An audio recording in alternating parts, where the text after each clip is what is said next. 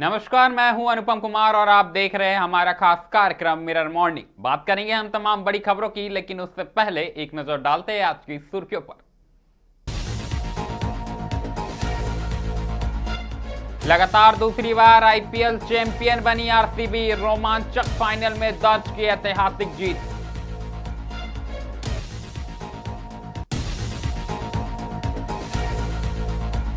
मैया समान योजना की महिलाओं को बड़ी सौगात, एक साथ मिलेंगे 5,000।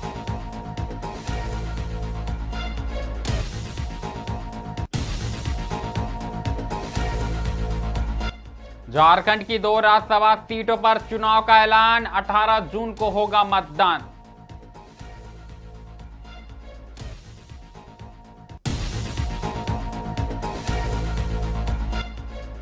झारखंड में वोटर लिस्ट का एसआईआर, घर घर जाकर होगा मतदाताओं का सत्यापन।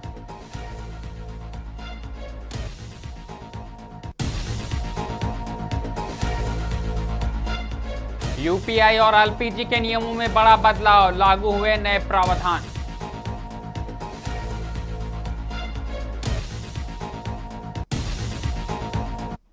अब बढ़ेंगे खबरों की ओर और सबसे पहले बात करेंगे हम आईपीएल की। आपको बता दें कि इंडियन प्रीमियम लीग यानी आईपीएल के इस सीजन का समापन एक बेहद रोमांचक और यादगार फाइनल मुकाबले के साथ हुआ। दरअसल करोड़ों क्रिकेट प्रशंसकों की निगाहें जिस मैच पर टिकी थी, उसमें रॉयल चैलेंजर्स बैंगलोर यानी आरसीबी ने शानदार प्रदर्शन करते हुए किताबी मुकाबला अपने नाम कर लिया। इस जीत के साथ ही आरसीबी ने लगातार दूसरी बार आईपीएल ट्रॉफी पर कब्जा जमाते हुए इतिहास रच दिया।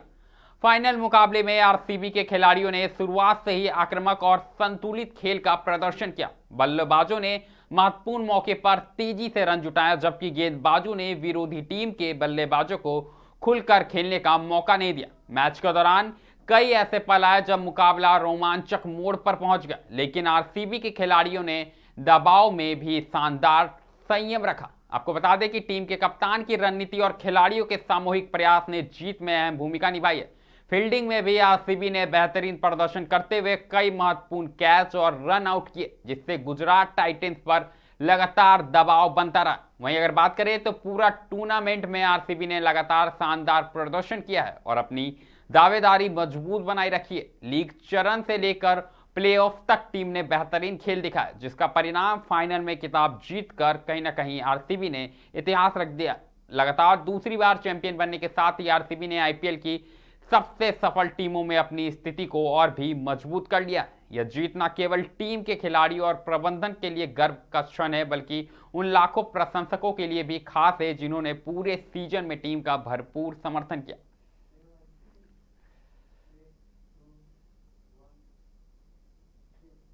अब बात करेंगे मैया सम्मान योजना को लेकर। जी हां, आपको बता दें कि झारखंड सरकार ने मुख्यमंत्री मैया सम्मान योजना की लाभुक महिलाओं को बड़ी राहत देते हुए चालू वित्तीय वर्ष के लिए महत्वपूर्ण बजटीय प्रावधान किया है। दरअसल राज्य सरकार ने योजना सुचारू संचालन और समय पर भुगतान सुनिश्चित करने के लिए अगले 6 महीनों के लिए करीब 8,000 करोड़ की राशि आवंटित की है। सरकार के इस फैसले से राज्य की लाखों पात्र महिलाओं को सीधा लाभ मिलेगा। विशेष बात यह है कि इस बार लाभुकों के बैंक खातों में ढाई ढाई की 2 किस्तें एक साथ भेजी जाएगी, मतलब 2,500 इक्वल टू 5,000 रुपए की किस्त एक साथ भेजी जाएगी। इस प्रकार अगर हम बात करें तो सरकार का मानना है कि इससे महिलाओं को घरेलू खर्च, बच्चों की शिक्षा, स्वास्थ्य, अन्य आवश्यक जरूरतों को पूरा करने में मदद मिलेगी। कुल मिलाकर बात करें तो मैया सम्मान योजना राज्य की महिलाओं को आर्थिक रूप से सशक्त बनाने की दिशा में एक महत्वाकांक्षी पहल मानी जा रही। योजना के तहत पात्र महिलाओं को नियमित वित्तीय सहायता प्रदान की जाती है ताकि वह आत्मनिर्भर बन सके और परिवार की आर्थिक स्थिति को मजबूत करने में अपनी भूमिका निभा सके। जानकारी के अनुसार डबल किस्त की राशि जल्द ही लाभुकों के बैंक खातों में हस्तांतरित की जाएगी। इसके लिए संबंधित विभागों को आवश्यक तैयारियां पूरी करने को लेकर निर्देश दिए गए हैं। साथ ही सरकार ने लाभुकों से अपने बैंक खाते और आधार संबंधित विवरण रखने की अपील की है ताकि भुगतान में किसी प्रकार की बाधा न आए।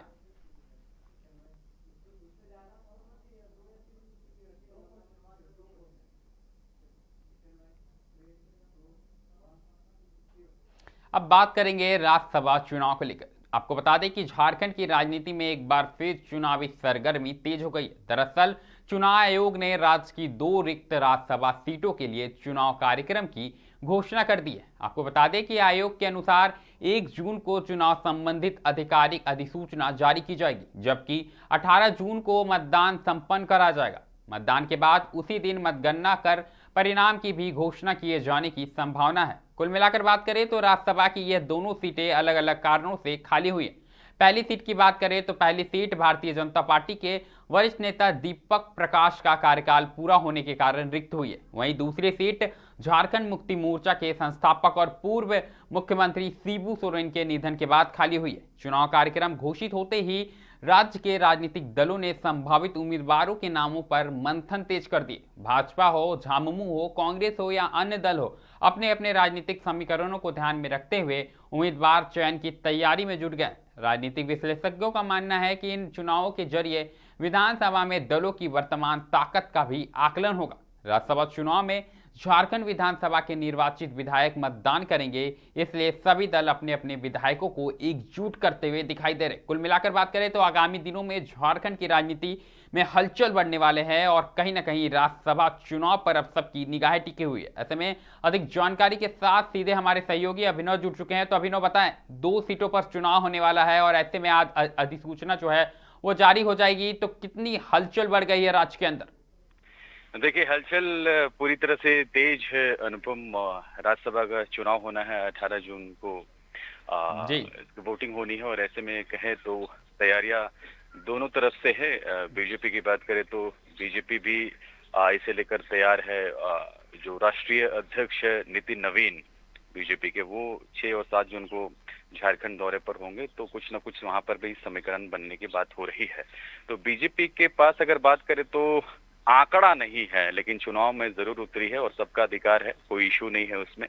बीजेपी के पास 24 है, जो गठबंधन को मिला के उनके जो सहयोगी दल है उसको मिला के 24 का आंकड़ा है, लेकिन 28 का आंकड़ा चाहिए एक सीट जीतने के लिए। लिहाजा बीजेपी भी लेफ्ट और राइट करने में जरूर लगी हुई है। इधर अगर महागठबंधन की बात करें तो इनके पास कुल टोटल 56 विधायक है, तो दोनों सीट अगर इन लोग को जीतना है तो गठबंधन में साथ होकर काम करना पड़ेगा। मैं इसलिए बोल रहा हूँ क्योंकि कांग्रेस भी एक सीट पर चुनाव लड़ने की बात कर रही है। इधर माले ने भी अपना जो है दावा ठोक दिया है कि मेरा भी एक प्रत्याशी होगा। तो देखिए, इधर महागठबंधन में पेच पूरी तरह से फंसा हुआ है।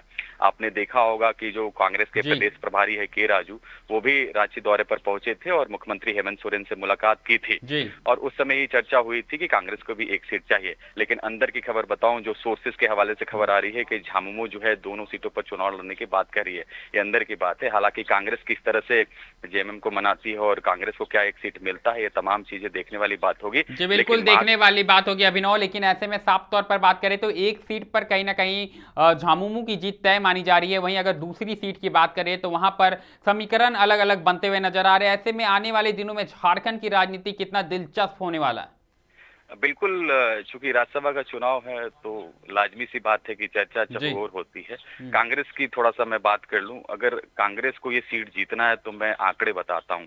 34 तो जेएमएम के पास है, तो एक तो वो निकाल लेगा राज्यसभा का सीट। अब 6 उसमें से बचे विधायक जो अगर वोटिंग करते हैं तो 6 जेएमएम का हो गया, 16 कांग्रेस का हो गया, 16 6 22, 4 आरजेडी का 26 और 2 माले का, मिलाकर 28 सीट, मैंने 28 वो हो जाएगा वोटिंग।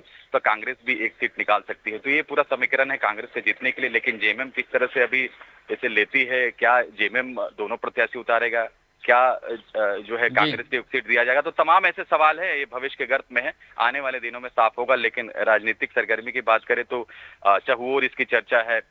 चूंकि राज्यसभा का चुनाव है, सब अपने अपने तरीके से तैयारियां भी कर रहे हैं। जी बिल्कुल, जानकारी के लिए बहुत बहुत धन्यवाद अभिनव। तो साफ तौर पर कहीं ना कहीं राज्यसभा चुनाव को लेकर सरगर्मी तेज हो गई है और आने वाले समय में यह चुनाव है वो बेहद ही दिलचस्प होने वाला। बात करेंगे एसआईआर को लेकर। जी हाँ, आपको बता दें कि आगामी चुनाव को देखते हुए झारखंड में मतदाता सूची पूरी तरह त्रुटिहीन बनाने के लिए विशेष गहन पुनरीक्षण यानी एसआईआर कार्यक्रम की घोषणा कर दी गई है। इस अभियान के तहत राज्य भर में 30 जून से 29 जुलाई तक बूथ लेवल ऑफिसर यानी बीएलओ घर घर जाकर मतदाताओं का भौतिक सत्यापन करेंगे। इसके बाद सभी दावों और आपत्तियों के निस्तारण की प्रक्रिया पूरी कर 7 अक्टूबर को अंतिम मतदाता सूची प्रकाशित की जाएगी। आपको बता दें कि निर्वाचन विभाग के अनुसार इस विशेष पुनरीक्षण का उद्देश्य पात्र नागरिकों के नाम मतदाता सूची में शामिल करना तथा मृत अथवा स्थानांतरित मतदाताओं के नाम हटाना तथा मतदाता सूची में मौजूद त्रुटियों को सुधारना है। अभियान के दौरान बीएलओ प्रत्येक घर तक पहुंचकर मतदाताओं की जानकारी का सत्यापन करेंगे और आवश्यक दस्तावेजों की जांच करेंगे। अधिकारियों ने बताया कि जिन युवाओं की आयु निर्धारित तिथि तक 18 वर्ष पूरी हो चुकी है, वो भी इस दौरान मतदाता सूची में नाम जुड़वाने के लिए आवेदन कर सकेंगे। वहीं नाम, पता, आयु या अन्य विवरण में सुधार कराने वाले मतदाता भी निर्धारित प्रपत्र के माध्यम से आवेदन दे सकेंगे। निर्वाचन आयोग ने सभी नागरिकों से इस अभियान में सहयोग करने की अपील की है ताकि राज्य की मतदाता सूची अधिक पारदर्शी, सटीक और त्रुटिहीन बन सके। अधिकारियों का साफ तौर पर कहना है कि निष्पक्ष एवं शांतिपूर्ण चुनाव के लिए शुद्ध मतदाता सूची सबसे महत्वपूर्ण आधार होती है।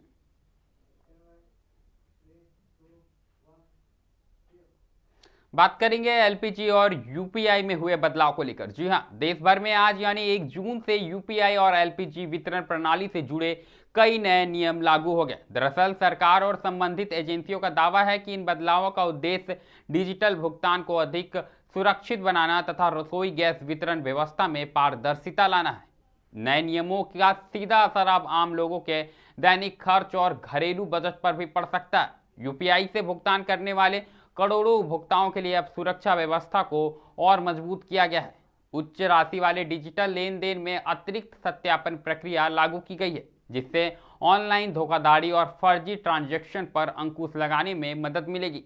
कई मामलों में बायोमेट्रिक या अतिरिक्त 2 फैक्टर ऑथेंटिकेशन की भी व्यवस्था बढ़ावा कहीं ना कहीं दिया जाएगा। बता दें कि एलपीजी उपभोक्ताओं के लिए भी नए नियम लागू किए गए। सरकार ने एक घर एक गैस कनेक्शन नीति को और सख्ती से लागू करने का कहीं ना कहीं फैसला किया। जिन परिवारों के पास पहले से ही पीएनजी की सुविधा उपलब्ध है, उन्हें एलपीजी कनेक्शन सिलेंडर कहीं ना कहीं नहीं दिया जाएगा। आपको बता दें कि तेल कंपनियों ने ऐसे उपभोक्ताओं की पहचान कर रही है जो एक ही पते पर पीएनजी और एलपीजी दोनों सुविधाओं का उपयोग कर रहे हैं। इसके अलावा गैस सिलेंडर रिफिलिंग को भी लेकर नए प्रावधान लागू किए गए। शहरी क्षेत्र में सिलेंडर बुकिंग के बीच न्यूनतम अंतराल बढ़ाया गया है, जबकि ग्रामीण इलाकों में यह अवधि और अधिक रखी गई है। सरकार का मानना है कि इससे जमाखोरी, कालाबाजारी और अनावश्यक सब्सिडी के दुरुपयोग पर रोक लगेगी। साफ तौर पर अगर हम कहें तो इन बदलावों से शुरुआत में कुछ उपभोक्ताओं को अतिरिक्त प्रक्रिया का सामना करना पड़ सकता है।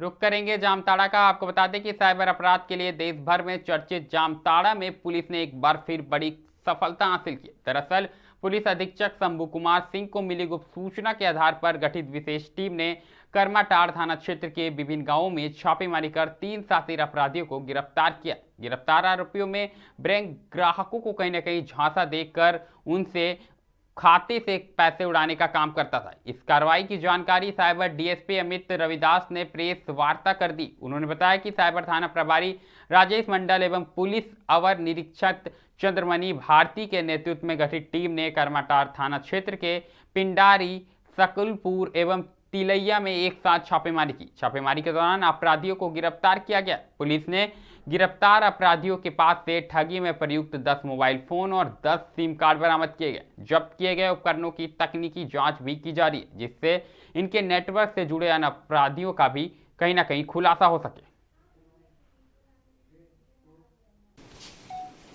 कल दिनांक 23 मई को हमारे जामताड़ा जिले के पुलिस अधीक्षक महोदय को एक गुप्त सूचना मिली कि करमाटाड़ थाना क्षेत्र के पिंडारी, सकलपुर, तिलैया, केंदुआ टांड जैसे क्षेत्रों में कुछ लोग व्यक्तियों के द्वारा साइबर अपराध की घटना को कारित किया जा रहा है।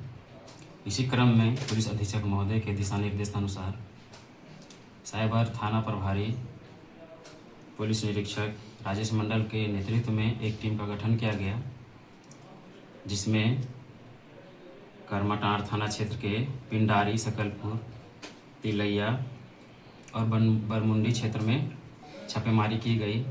छापेमारी के क्रम में ग्राम पिंडारी से 2 व्यक्तियों नाम प्रीतम दास एवं विनोद दास, दोनों पिता हेमलाल दास को रंगे हाथ साइबर अपराध करते हुए पकड़ा गया। साथ ही साथ ग्राम बरमुंडी में छापेमारी के क्रम में एक और व्यक्ति की भी गिरफ्तारी हुई, जिनका नाम तूफान अंसारी पिता मरहूम नसरुद्दीन मियाँ है। तीनों व्यक्तियों के पास से कुल 10 मोबाइल और 10 सिम कार्ड भी प्राप्त हुए हैं और गिरफ्तार तीनों व्यक्तियों के किसी भी प्रकार का कोई आपराधिक इतिहास नहीं रहा है। पूछताछ के क्रम में इन लोगों ने साइबर अपराध घटना करने में अपनी संलिप्तता को स्वीकार भी किया है और बताया है कि उनके द्वारा विभिन्न प्रकार के बैंकों के क्रेडिट कार्ड और डेबिट कार्ड के लिमिट्स को बढ़ाने एवं एक्सपायरी डेट को बढ़ाने से संबंधित मैटर को बताकर उनको झांसे में लिया जाता था और कार्ड के नंबर्स को प्राप्त करके, CVV नंबर्स को प्राप्त करके, OTP प्राप्त करके उनसे साइबर ठगी किया जाता है। मिरर मॉर्निंग में अभी के लिए फिलहाल इतना ही। ऐसे तमाम बड़ी खबरों से लगातार हम आपको अवगत कराते रहेंगे। कहीं मत जाइएगा, बने रहें मिरर मीडिया के साथ।